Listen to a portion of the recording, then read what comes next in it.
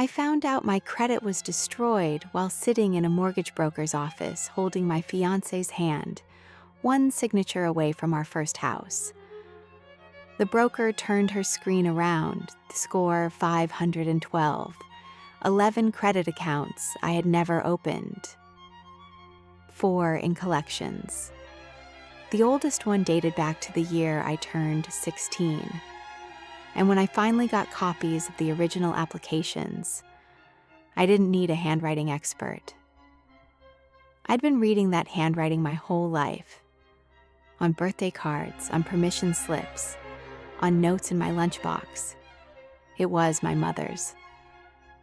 When I confronted her, she said 7 words that told me exactly how this was going to go. "You wouldn't dare. It's family money." She was wrong about the first part, but let me start from the beginning. I'll go by Ethan. I'm 31, and I teach high school math, which matters because of the one phrase I say more than any other phrase in my life. Show your work. I don't accept answers without the steps. Not from my students, and as my mother was about to learn, not from anyone else either. Hold on to that. I grew up with my mom and my little sister, Lily, who's 14 years younger than me. Dad left early. Money was always tight, always dramatic, always somebody's fault.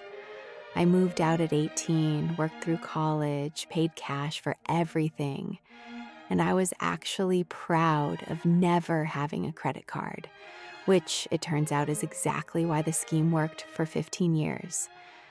I never checked a credit report because I assumed I didn't have one.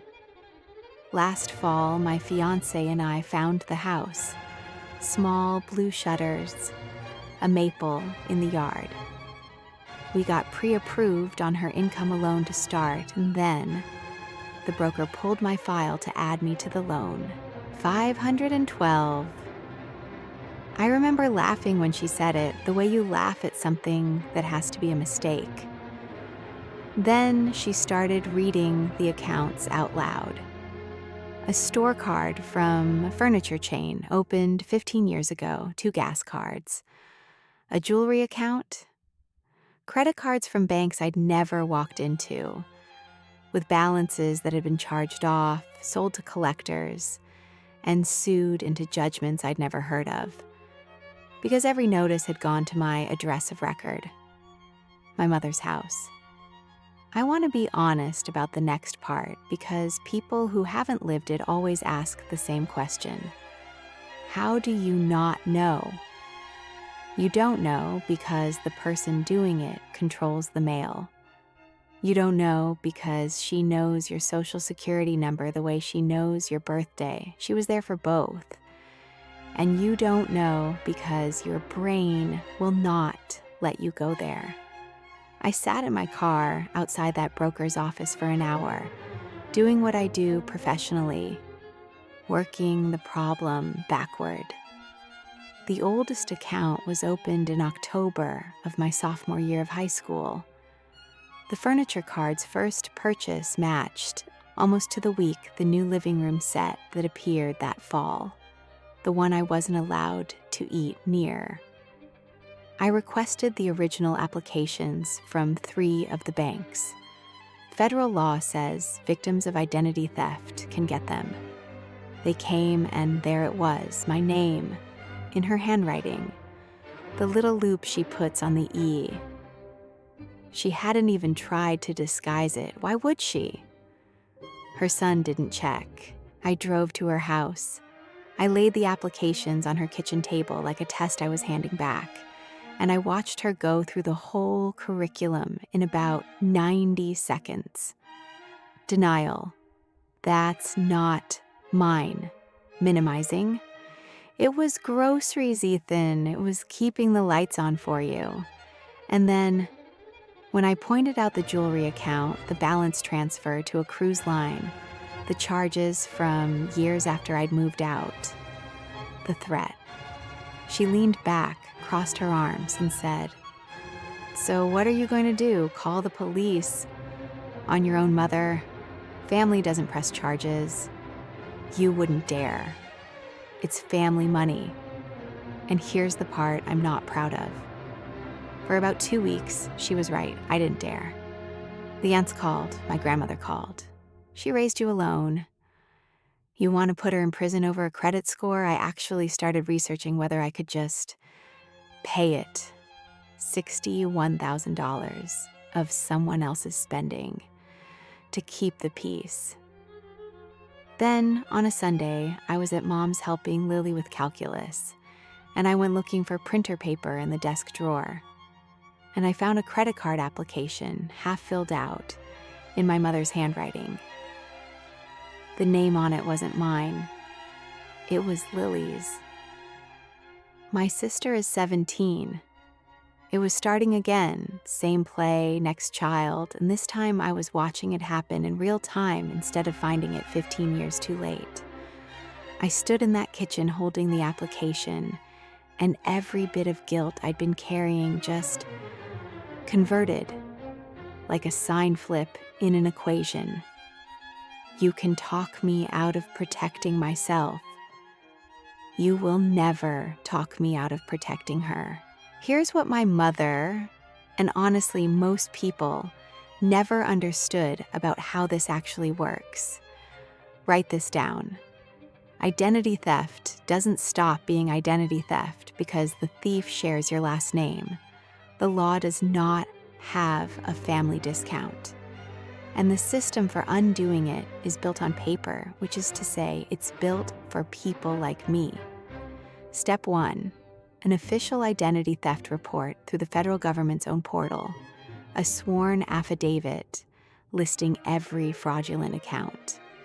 Step 2, a police report. That's the step families scream about, and here's the truth of it. Without a police report, the banks treat you like a deadbeat trying to dodge his own debts. With it, federal law flips the entire burden.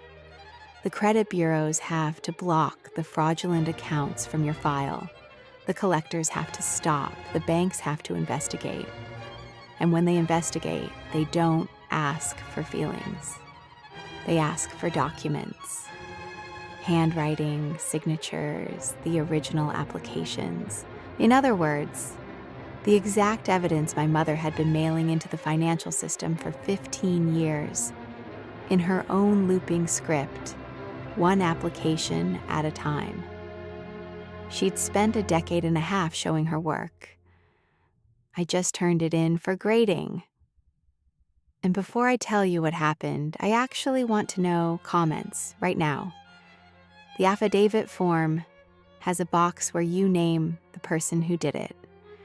Could you write your own mother's name in that box? Because I sat with my pen over that box for a long time. Then I thought about a half-finished application with a 17-year-old's name on it, and I filled it in. Every account, every date, and one more thing. I photographed Lily's application before I ever said a word, and I froze Lily's credit that same week. You can do that for a minor, and if there's one practical thing you take from this story, let it be that. The machine, once you feed it properly, is honestly beautiful. Within weeks, the bureaus blocked the fraudulent accounts. The collection calls stopped, not slowed, stopped, because continuing to collect on reported identity theft is a violation they can be sued over. One by one, the bank's fraud departments concluded what the loops on the E made obvious. My score didn't crawl back. It snapped back like a graph correcting an error. 512 to 760 in under a year because none of it had ever been mine. But the banks don't just erase $61,000. They reassign it. Once the affidavit named her and the handwriting matched, the debt stopped being attached to my name and started being attached to the person who'd actually signed. My mother got to have the experience she'd outsourced to me for 15 years. The letters, the calls, the judgments. The county prosecutor gave her a choice: restitution agreement or charges. She's on your payment plan for a very long time. I didn't put her in prison. I just declined to keep serving her sentence. And the family? The aunts who'd called me heartless went very quiet when they learned about the application in the drawer. Because family money has a limit, and apparently that limit is Lily. My grandmother, the one who begged me not to file, asked to see the applications for herself. She looked at the handwriting for a long time, and then she said, "That's the same way she signed my checks." Turns out I wasn't the first. I was just the first who showed the work. 6 months later, my fiancé and I closed on the house with the blue shutters. Lily has a bedroom there for whenever she wants it, and a locked credit file until the day she chooses to open it. On moving day, she gave me a housewarming gift, a red pen, teacher grade, with a note that said, "For the next person who doesn't show their work." It's on my desk. Some kids in third period think it's about them. It's not. It's about the only test I ever graded that mattered. So tell me, could you have written the name in that box, or would family money have won? Tell me in the comments. And subscribe, because next time on the Karma Archive, a woman drowning in student loans discovered her college fund had paid for her parents' lakefront kitchen. And the grandmother who opened that account had left one letter on file at the brokerage.